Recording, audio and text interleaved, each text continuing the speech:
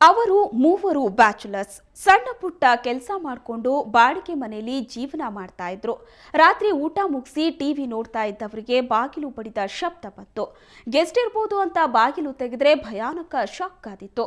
ಅಲ್ಲಿಗೆ ಆಗಂತುಕರ ಆಗಮನವಾಗಿತ್ತು. ಕಣ್ಮುಂದೆಯೇ ಇತ್ತ ಬದ್ದದ್ದೆಲ್ಲ ಪರರ ಪಾಲಾಯಿತು. ರಾತ್ರಿ ಊಟವಾದ ಮೇಲೆ ಬಂದ ಅತಿಥಿಗಳು, ಬಂದವರ ಕಂಡು ಬೆಚ್ಚಿ ಬಿದ್ದ ಹುಡುಗರು, 10 ರೂಪಾಯಿಯನ್ನು ಬಿಡದ ಚೋರರು, ಮುರಿದು ಹೋದ ಬಾಗಿಲು, ಚೆಲ್ಲಾಪಿಲ್ಲಿಯಾಗಿ ಬಿದ್ದ ವಸ್ತುಗಳು. ಇದನ್ನೆಲ್ಲ ನೋಡ್ತಿದ್ರೆ ಎಂಥವರಿಗೂ ಇಲ್ಲಿ ಏನೋ ಒಂದು ನಡೆದಿರಬಹುದು ಅನ್ನೋದು ಗೊತ್ತಾಗಿಬಿಡುತ್ತೆ. ನೀವು ಅಂದುಕೊಂಡದ್ದು ನಿಜ, ಇದು ಖದೀಮರ ಕೈಚಳಕಾನೆ. ಆದರೆ ಅದು ನಡೆದದ್ದು ಮಾತ್ರ ಸಿನಿಮೀಯ ಸ್ಟೈಲಲ್ಲಿ. ಹೌದು, ಹೀಗೆ ಮೈ ಕೈ ಗಾಯ ಮಾಡಿಕೊಂಡು ಹರಿದ ಬಟ್ಟೆ ತೋರಿಸ್ತಾ ಇರೋ ಈ ಯುವಕರ ಹೆಸರು ಸತೀಶ್, ಸುರೇಶ್ ಮತ್ತು ಕೇಶವ್. ಇಬ್ಬರು ಕೊರಿಯರ್ ಆಫೀಸ್ ನೌಕರರಾದ್ರೆ ಸುರೇಶ್ ಜ್ಯುವೆಲ್ಲರಿ ಅಂಗಡಿಯೊಂದರಲ್ಲಿ ಕೆಲಸ ಮಾಡ್ತಿದ್ದಾರೆ. ನಿನ್ನೆ ರಾತ್ರಿ ಇವರ ಮನೆಯಲ್ಲಿ ಒಂದು ದೊಡ್ಡ ಡ್ರಾಮಾನೇ ನಡೆದು ಹೋಯಿತು. ಮೂವರು ಕೆಲಸ ಮುಗಿಸಿ ಮನೆಗೆ ಬಂದವರೇ ಊಟ ಮುಗಿಸಿ ಟಿವಿ ನೋಡ್ತಾ ಕೂತಿದ್ರು. ಸರಿಯಾಗಿ ಅದೇ ಹೊತ್ತಿಗೆ ಮನೆಯ ಬಾಗಿಲು ಬಡಿದ ಶಬ್ದವಾಯಿತು. ಯಾರೋ ಅತಿಥಿಗಳಿರ್ಬೋದು ಅಂತ ತೆಗೆದ್ರೆ ಎದುರಿಗೆ ಮಚ್ಚುಲಾಂಗು ಹಿಡಿದು ದರೋಡೆಕೋರರು ನಿಂತಿದ್ರು. ಸೀದಾ ಒಳಗೆ ನುಗ್ಗಿದ್ರು. ಡೋರ್ ಮುರಿದೋಯ್ತು. ಡೋರ್ ಮುರಿದ ಮೇಲೆ ಈಚೆ ನನ್ನ ಗಾಡಿ ಸೇಫ್ಟಿಗಿತ್ತು. ಆಮೇಲೆ ಹೊರಗಡೆ ಒಂದು ಆಟೋ ಹೋಗ್ತಾ ಇತ್ತು. ಆಟೋದನ್ನ ಕರೆದು ಅವರು ಸರ್ ಓಪನ್ ಮಾಡಿ, ಸ್ವಲ್ಪ ಲಾಕ್ ಓಪನ್ ಮಾಡಿದ್ರು. ಓಪನ್ ಮಾಡಿದ ತಕ್ಷಣ ಅವರು ಆಟೋದವ್ರು ಹೇಳಿದ್ರು. ಆಟೋದವ್ರು ನಾವು ಹೇಳ್ದೋ, ಸರ್ ಈ ಥರ ಟ್ರಾಬ್ಲಿ ಮಾಡ್ಕೊಂಡು ಹೋಗಿದ್ರೆ ಒಂದು ಫೋನ್ ಕೊಡಿ, ಫೋನ್ ಕಾಲ್ ಮಾಡಬೇಕು. ಇಲ್ಲ ಕರೆನ್ಸಿ ಇಲ್ಲ, ಮುಂದೆ ಬೇಕ್ರಿ ಇದೆ, ಬನ್ನಿ ಬೇಕಾದ್ರೆ ಅಲ್ಲಿ ಡ್ರಾಪ್ ಮಾಡ್ತೀವಿ ಅಂದ್ರೆ ಅವರೇ ಡ್ರಾಪ್ ಮಾಡಿದ್ದೆ ನನ್ನ. ಸೊ ಅಲ್ಲಿ ಡ್ರಾಪ್ ಮಾಡಿದ್ರೆ ಅಲ್ಲಿಂದ ನನ್ನ ಪೊಲೀಸರಿಗೆ ಇನ್ಫಾರ್ಮ್ ಮಾಡಿದ್ದು. ಒಳಗೆ ಬಂದವರು ಯುವಕರನ್ನು ಹಿಗ್ಗಾಮುಗ್ಗ ಥಳಿಸಿದ್ರು. ಲಾಂಗು ಮಚ್ಚುಗಳನ್ನು ತೋರಿಸಿ ಕೇಶವ ಎಂಬಾತನ ಬಳಿ ಇದ್ದ ಚೈನು, 2 ಉಂಗುರ, 5,000 ಕ್ಯಾಶ್ ಇಸ್ಕೊಂಡ್ರು. ಸತೀಶನಿಂದ ಚೈನು, 10,000 ಕ್ಯಾಶ್ ಪೀಕಿದ್ರು. ದುರಂತ ಅಂದ್ರೆ ಸುರೇಶ್ ಬಳಿ ಜೇಬಿನಲ್ಲಿ 10 ರೂಪಾಯಿ ಬಿಟ್ರೆ ಬೇರೇನೂ ಇರಲಿಲ್ಲ. ಆದ್ರೆ ಆ ದುಷ್ಕರ್ಮಿಗಳಿಗೆ ಅದನ್ನು ಕೂಡ ಬಿಡಲು ಮನಸ್ಸಾಗಲಿಲ್ಲ. ಡೋರ್ ತೆಗೆದ ತಕ್ಷಣ ಸುಮಾರು 3 ಜನ ನನಗೆ ತೊಳ್ಕೊಂಡು ಒಳಗಡೆ ಬಂದರು. ಇನ್ನು ಮಿಕ್ತವರು ಒಳಗಡೆ ಬಂದ್ಬಿಟ್ಟು ಒಳಗಡೆಯಿಂದ ಲಾಕ್ ಮಾಡಿಕೊಂಡು ನಮ್ಮ ಮಾಮೂಲಿ ಕೈಯಿಂದ ಹೊಡಿತಿದ್ರು. ನಮ್ಮ ಫ್ರೆಂಡ್ಸ್ಗೆ ಮಾತ್ರ ಮುಚ್ಚಲಾಂಗಳಲ್ಲಿ ಹೊಡಿತಿದ್ರು. ಅದನ್ನು ಹೊಡಿಬೇಡ ಅಂದರೆ ನಮಗೆ ಹೊಡಿಯೋಕ್ಕೆ ಇದು ಮಾಡ್ತಿದ್ರು. ಇನ್ನು ಅವ್ರೇನಪ್ಪ ಹೇಳ್ತಾರೆ ಅಂದರೆ ಏನೇನಿದೆ ಎಲ್ಲ ತೆಗೀರಿ, ನಂಗೆ ಬೇಕು ಇಲ್ಲ ಇದು ಮಾಡ್ಬಿಡ್ತೀನಿ ಹೆಂಗೆ ಅಂತ ಹೇಳ್ತಿದ್ರು. ಒಟ್ಟು 3 ಮೊಬೈಲ್, 36 ಗ್ರಾಂ ಚಿನ್ನಾಭರಣ ಹಾಗೂ 10,000 ಕ್ಯಾಶ್ ದೋಚಿದ ದುಷ್ಕರ್ಮಿಗಳು ಮೂವರನ್ನ ಮತ್ತೊಂದು ಕೊಠಡಿಯಲ್ಲಿ ಕೂಡಿ ಹಾಕಿ ಕ್ಷಣಾರ್ಧದಲ್ಲಿ ಎಸ್ಕೇಪ್ ಆಗಿದ್ದಾರೆ. ಬಳಿಕ ಸಾರ್ವಜನಿಕರ ಸಹಾಯದಿಂದ ಹೊರಬಂದು ರಾಜರಾಜೇಶ್ವರಿ ನಗರ ಪೊಲೀಸ್ ಠಾಣೆಗೆ ದೂರು ನೀಡಿದ್ದಾರೆ. ಯುವಕರಿಗೆ ಸಮಾಧಾನ ಹೇಳಿದ ಪೊಲೀಸರು ದರೋಡೆಕೋರರನ್ನು ಹಿಡಿಯುವ ಭರವಸೆ ನೀಡಿದ್ದಾರೆ. ರವಿಕುಮಾರ್, ಕ್ರೈಮ್ ಬ್ಯೂರೋ, ಸುವರ್ಣ ನ್ಯೂಸ್ 24/7 ಬೆಂಗಳೂರು. ಬೆಂಗಳೂರಿನಲ್ಲಿ ಇವತ್ತು ನೂರಾರು ಕ್ರೈಸ್ತರು ರೊಚ್ಚಿಗೆದ್ದಿದ್ರು. ಚರ್ಚ್ ಆಫ್ ಸೌತ್ ಇಂಡಿಯಾದ ಅಧ್ಯಕ್ಷ ಬಿಷಪ್ ವಸಂತ್ ಕುಮಾರ್ ಸರ್ವಾಧಿಕಾರದ ವಿರುದ್ಧ ದಂಗೆ ಎದ್ದಿದ್ರು. ಬಿಷಪ್ಗೆ ಘೇರಾವ್ ಹಾಕಿ ಆಕ್ರೋಶ ವ್ಯಕ್ತಪಡಿಸಿದ್ರು.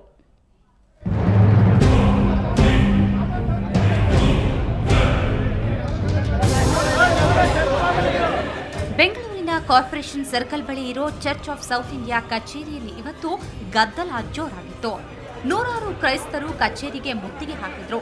ಕಾರ್ಯಕಾರಿ ಸಮಿತಿ ರಚಿಸದೆ ನಿರಂಕುಶ ಆಡಳಿತ ನಡೆಸುತ್ತಿರೋ ಬಿಷಪ್ ವಸಂತ್ ಕುಮಾರ್ ವಿರುದ್ಧ ಘೋಷಣೆಗಳನ್ನ ಕೂಗಿ ತೀವ್ರ ಆಕ್ರೋಶ ವ್ಯಕ್ತಪಡಿಸಿದ್ರು. ಇದಕ್ಕೆ ಹೆದರಿ ಬಿಷಪ್ ತಮ್ಮ ಕಚೇರಿಯೊಳಗೆ ಅವಿತುಕೊಂಡ್ರು. ಅಷ್ಟರೊಳಗೆ ಪೊಲೀಸರು ಸ್ಥಳಕ್ಕೆ ಬಂದು ವಾತಾವರಣವನ್ನ ತಿಳಿಗೊಳಿಸೋ ಪ್ರಯತ್ನ ಮಾಡಿದ್ರು. ಆದರೂ ಕೆಲಕಾಲ ಆತಂಕದ ಪರಿಸ್ಥಿತಿ ಮುಂದುವರೆದಿತ್ತು.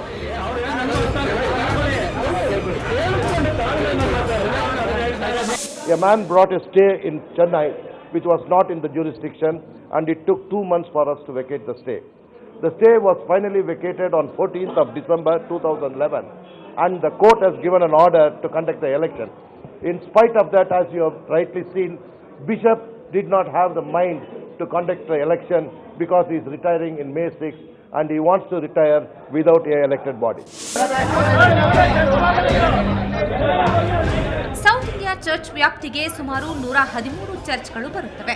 ಪ್ರತಿ 2 ವರ್ಷಕ್ಕೊಮ್ಮೆ ಚುನಾಯಿತ ಪ್ರತಿನಿಧಿಗಳ ಕಾರ್ಯಕಾರಿ ಸಮಿತಿ ರಚಿಸಬೇಕು. ಈ ಹಿಂದೆ ಇದ್ದ ಸಮಿತಿಯ ಅಧಿಕಾರಾವಧಿ ಕಳೆದ ಅಕ್ಟೋಬರ್ನಲ್ಲೇ ಮುಗಿದು ಹೋಗಿದೆ. ಆದರೆ ಬಿಷಪ್ ಮಾತ್ರ ಕುರ್ಚಿ ಬಿಟ್ಟುಕೊಡ್ತಿಲ್ಲ. ಅಲ್ಲದೆ ಚೆನ್ನೈ ಹೈಕೋರ್ಟ್ ನೀಡಿದ್ದ ಆದೇಶವನ್ನು ಧಿಕ್ಕರಿಸಿ ಬಿಷಪ್ ತಾಳಕ್ಕೆ ತಕ್ಕಂತೆ ಕುಣಿಯೋ 9 ಜನರನ್ನೊಳಗೊಂಡ ಸಲಹಾ ಸಮಿತಿಯನ್ನ ರಚಿಸಿಕೊಂಡಿದ್ದಾರೆ. ಅವರ ಬೆಂಬಲದೊಂದಿಗೆ ತಮ್ಮ ಬೇಳೆ ಬೇಯಿಸಿಕೊಳ್ಳುತ್ತಿದ್ದಾರೆ ಅನ್ನೋದು ಪ್ರತಿಭಟನಾಕಾರರ ಆರೋಪ. ಜೊತೆಗೆ ಚುನಾವಣೆ ಮೂಲಕ ಹೊಸ ಕಾರ್ಯಕಾರಿ ಸಮಿತಿ ರಚಿಸಿ ಅನ್ನೋದು ಅವರ ಆಗ್ರಹ. ಸರ್, ಪ್ರಜಾಪ್ರಭುತ್ವನ ಇವತ್ತಿನ ದಿನ ಬಿಷಪ್ ಅವರು ಕೊಲೆ ಮಾಡ್ತಿದ್ದಾರೆ.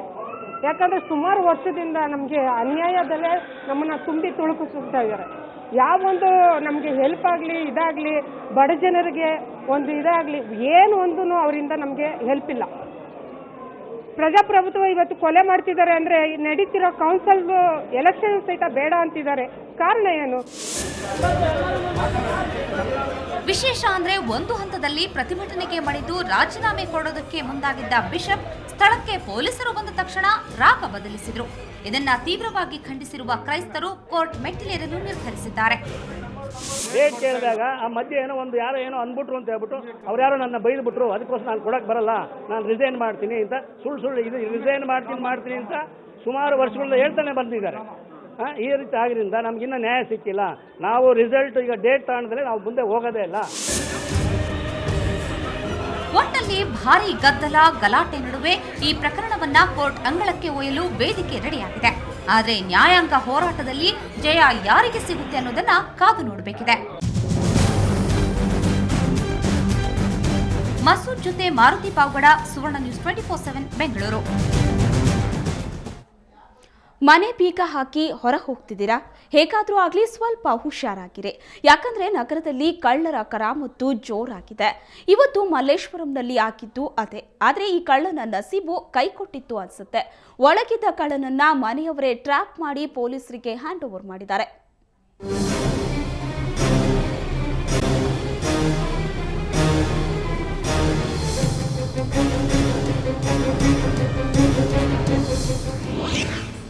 ಮನೆಯಲ್ಲಿ ಯಾರೂ ಇಲ್ಲದ ವೇಳೆ ಬಾಗಿಲು ಮುರಿದು ಒಳನುಗ್ಗಿ ನಗ ನಾಣ್ಯ ದೋಚುವ ಕಳ್ಳರ ಗ್ಯಾಂಗ್ ಬೆಂಗಳೂರಿನಲ್ಲಿ ಮತ್ತೆ ಸಕ್ರಿಯವಾಗಿದೆ. ಮಲ್ಲೇಶ್ವರಂನ ಪೈಪ್ಲೈನ್ ಸ್ಟ್ರೀಟ್ನಲ್ಲಿ ಕಳ್ಳನೊಬ್ಬ ಇಂಥದೊಂದು ವಿಫಲ ಯತ್ನ ಮಾಡಿ ಸಿಕ್ಕಿಬಿದ್ದಿದ್ದಾನೆ. ಇಲ್ಲಿನ ನಿವಾಸಿ ಹೇಮಂತ್ ಇವತ್ತು ಬೆಳಗ್ಗೆ 12 ಗಂಟೆಗೆ ತಮ್ಮ ತಾಯಿಯನ್ನು ಕರ್ಕೊಂಡು ಆಸ್ಪತ್ರೆಗೆ ಹೋಗಿದ್ರು. ಆದರೆ ವಾಪಸ್ ಮನೆಗೆ ಬಂದು ನೋಡಿದ್ರೆ ಭದ್ರವಾಗಿ ಹಾಕಿದ್ದ ಬಾಗಿಲಿನ ಚಿಲಕ ಮುರಿದು ಬಿದ್ದಿತ್ತು. ಒಳಗೆ ಯಾರೋ ಇದ್ದಾರೆ. ಆ ಯಾರೋ ಕಳ್ಳನೆ ಅಂತ ತಿಳ್ಕೊಳ್ಳೋಕ್ಕೆ ಹೆಚ್ಚು ಸಮಯ ಹಿಡಿಲಿಲ್ಲ ಹೇಮಂತ್ಗೆ. ಒಂದು ಕ್ಷಣ ಆಘಾತವಾದರೂ ಸಾವರಿಸಿಕೊಂಡ ಅವರು ಬಾಗಿಲನ್ನು ಹೊರಗಿಲಿಂದಲೇ ಭದ್ರವಾಗಿ ಮುಚ್ಚಿದ್ರು. ಪೊಲೀಸರಿಗೆ ಕರೆ ಮಾಡಿ ಸುದ್ದಿ ಮುಟ್ಟಿಸಿದ್ರು. ಸ್ಥಳಕ್ಕೆ ಬಂದ ಶೇಷಾದ್ರಿಪುರಂ ಪೊಲೀಸರು ಕಳ್ಳನನ್ನು ತಮ್ಮ ವಶಕ್ಕೆ ತೆಗೆದುಕೊಂಡ್ರು. ಬಂದ ತಕ್ಷಣ ನಾನು ಡೋರ್ ಲಾಕ್ ಓಪನ್ ಮಾಡೋಕ್ಕೆ ಟ್ರೈ ಮಾಡ್ತಾಯಿದ್ದೀನಿ, ಆಗ್ತಾಯಿಲ್ಲ. ಆಮೇಲೆ ಪ್ರೆಸ್ ಮಾಡಿದೆ, ಒಳಗಡೆಯಿಂದ ಚಿಲ್ಕ ಹಾಕಿರೋ ಥರ ಸೌಂಡ್ ಬಂತು. ಮತ್ತು ಬೀರು ಸೌಂಡ್ ಆಯಿತು. ಅಲ್ಲಿ ಹೋಗಿ ಮತ್ತೆ ಯಾರೋ ಅಂತ ಕೇಳಿದಾಗ ಯಾರೂ ಮಾತಾಡಿಲ್ಲ. ಆಮೇಲೆ ಒಳಗಡೆ ಸೌಂಡ್ ಆಗ್ತಾ ಇರೋದ್ರಿಂದ ನಾನು ಈಚೆಯಿಂದ ಚಿಲ್ಕ ಹಾಕಿ ಮತ್ತು ಯಾರೋ ಇದ್ದಾರೆ ಅಂತ ಅಂದ್ಬಿಟ್ಟು ನನಗೆ ಅನುಮಾನ ಬಂದು ಮತ್ತು ಜನನ ಸೇರಿಸಿ ಮತ್ತು ಕಂಟ್ರೋಲ್ ರೂಮ್ಗೆ ಫೋನ್ ಮಾಡಿಬಿಟ್ಟು ಇದು ಮಾಡಿದೆ. ಆ ಕಳ್ಳ ಕೇವಲ ಬಾಗಿಲು ಚಿಲಕ ಮುರಿದಿದ್ದಷ್ಟೇ ಅಲ್ಲ, ಒಳ ಹೋಗಿ ಬೀರುವಿನ ಲಾಕರನ್ನು ಮುರಿದಿದ್ದಾನೆ. ಇನ್ನೇನು ಕಂಡಿದ್ದು ದೋಚಬೇಕು ಅನ್ನುವಷ್ಟರಲ್ಲಿ ಮನೆಯವರಿಂದಲೇ ಟ್ರ್ಯಾಪ್ ಆಗಿದ್ದಾನೆ. ಆದರೆ ಒಳಗೆ ಸಿಕ್ಕಿ ಹಾಕಿಕೊಂಡ ಬಳಿಕ ಆತ ಒಳಗಿದ್ದುಕೊಂಡೇ ದೊಡ್ಡ ನಾಟಕ ಆಡಿದ್ದಾನೆ. ನನ್ನನ್ನು ಹೋಗಲು ಬಿಡದಿದ್ರೆ ಇಲ್ಲೇ ಸಾಯ್ತೀನಿ ಅಂತ ಚಾಕುವನ್ನು ತನ್ನ ಕತ್ತಲ್ಲಿಟ್ಟುಕೊಂಡು ಮನೆಯವರನ್ನ ಬ್ಲ್ಯಾಕ್ ಮೇಲ್ ಮಾಡಿದ್ದಾನೆ. ಇದರಿಂದ ಬೆದರಿದ ಮನೆ ಸದಸ್ಯರು ಪೊಲೀಸರನ್ನು ಕರೆಸಿದ್ದಾರೆ. ತಂದೆ ತೀರೋಗಿದ್ರು, ಅದನ್ನು ಅಬ್ಸರ್ವ್ ಮಾಡ್ಕೊಂಡು ಮಾಡಿರೋವಂಥದ್ದು ಕ್ಲಿಯರಾಗಿ ಗೊತ್ತಾಗ್ತಾ ಇದೆ. ಇಲ್ಲಿ ಡೈರೆಕ್ಟಾಗಿ ಬಾಗಿಲನ್ನ ಒಂದು 2 ಮಿನಿಟ್ಸ್ 5-10 ನಿಮಿಷದಲ್ಲಿ ಬಾಗಿಲು ಹೊಡೆದು ಬೀರು ಹೊಡೆದು ಎಲ್ಲ ಮಾಡಿದ್ದಾರೆ ಅಂದರೆ ಇದು ಪ್ಲ್ಯಾಂಡು ಗೊತ್ತಿರೋದು. ಆ್ಯಂಡ್ ಅಗೇನ್ ಕೆಳಗಡೆ ಮನೆಯಲ್ಲೂ ಎನ್ಕ್ವೈರಿ ಮಾಡಿದ್ದಾರೆ ಅವರು. ಯಾರನ್ನ ಮಂಜುಳಮ್ಮ ಅಂದ್ಬಿಟ್ಟು ಆ ಪರ್ಸನ್ ಯಾರೂ ಇಲ್ಲ ಇಲ್ಲಿ. ಅದನ್ನೆಲ್ಲ ನೋಡಿದ್ರೆ ಯಾರೋ ಗೊತ್ತಿರೋರು ಮಾಡಿರೋದು. ಹೀಗೆ ಒಂಟಿ ಮನೆಯನ್ನು ಹುಡುಕಿ ಒಳನುಗ್ಗುವುದು ಒಂದಿಬ್ಬರು ಕಳ್ಳರಿಂದ ಆಗೋ ಕೆಲಸವಲ್ಲ. ಇದರ ಹಿಂದೆ ದೊಡ್ಡ ಕಳ್ಳರ ಗ್ಯಾಂಗೇ ಇದೆ. ದೊಡ್ಡ ಪ್ಲಾನ್ ಮಾಡಿಕೊಂಡೇ ಕಳ್ಳರು ಈ ಸಾಹಸಕ್ಕಿಳಿಯುತ್ತಾರೆ. ಈ ಪ್ರಕರಣದಲ್ಲಿ ಒಬ್ಬ ಕಳ್ಳ ಮಾತ್ರ ಸಿಕ್ಕಿಬಿದ್ದಿದ್ದು ಪೊಲೀಸರು ಸ್ವಲ್ಪ ಜಾಣತನದಿಂದ ತನಿಖೆ ಮಾಡಿದರೆ ಇದರ ಹಿಂದಿನ ಗುಂಪನ್ನೇ ಸೆರೆ ಹಿಡಿಬಹುದು. ಆದರೂ ಬೆಂಗಳೂರಿಗರು ಯಾವುದಕ್ಕೂ ಸ್ವಲ್ಪ ಹುಷಾರಾಗಿರೋದು ಒಳ್ಳೆಯದು. ಮಸೂದ್, ಸುವರ್ಣ ನ್ಯೂಸ್ 24/7 ಬೆಂಗಳೂರು. ಬ್ರೇಕ್ನ ನಂತರ ಬೆಂಗಳೂರು ಫಸ್ಟ್ ಮುಂದುವರಿಯುತ್ತೆ.